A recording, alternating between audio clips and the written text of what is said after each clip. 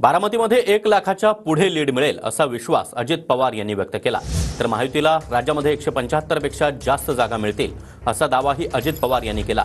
महायुती आणि घटक पक्षातील समन्वयासंदर्भात शहांच्या बैठकीत चर्चा झाल्याची माहिती देखील अजित पवार यांनी दिली आहे।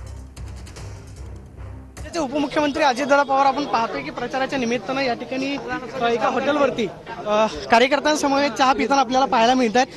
दादा, प्रचार जोरामध्ये सुरू आहे, गावांमध्ये गर्दी सुद्धा मोठ्या प्रमाणावरती होती। दादा, बारामतीतलं यंदाचं लीड किती असेल? लाखाच्या पुढे। दादा, आज महायुतीचा सर्वे आलेला आहे की वृत्तसंस्थेनं सर्वे केलाय, महायुतीला जवळपास 160 जागा मिळतील, महायुतीला स्पष्ट बहुमत मिळेल। आमचं म्हणणं महायुतीला 175 पेक्षा जास्त जागा मिळवायचं आहे। त्याकरता आम्ही प्रत्येक जण महायुतीचे घटक त्या ठिकाणी प्रयत्न करतोय आणि तशा पद्धतीनं आमचं काम चालू आहे। दादा, अमित शहांसोबत सुद्धा मीटिंग झाली, नवीन काही सूचना अमित शहा त्यांच्याकडून देण्यात आले? काय आम्ही 3 पक्ष आणि आठवले साहेब आणि बाकीचे इतर घटक पक्ष यांचं व्यवस्थित कोऑर्डिनेशन आहे का, ह्या पद्धतीनं आमचं काम त्या ठिकाणी चाललेलं आहे। तशी चर्चा झाली।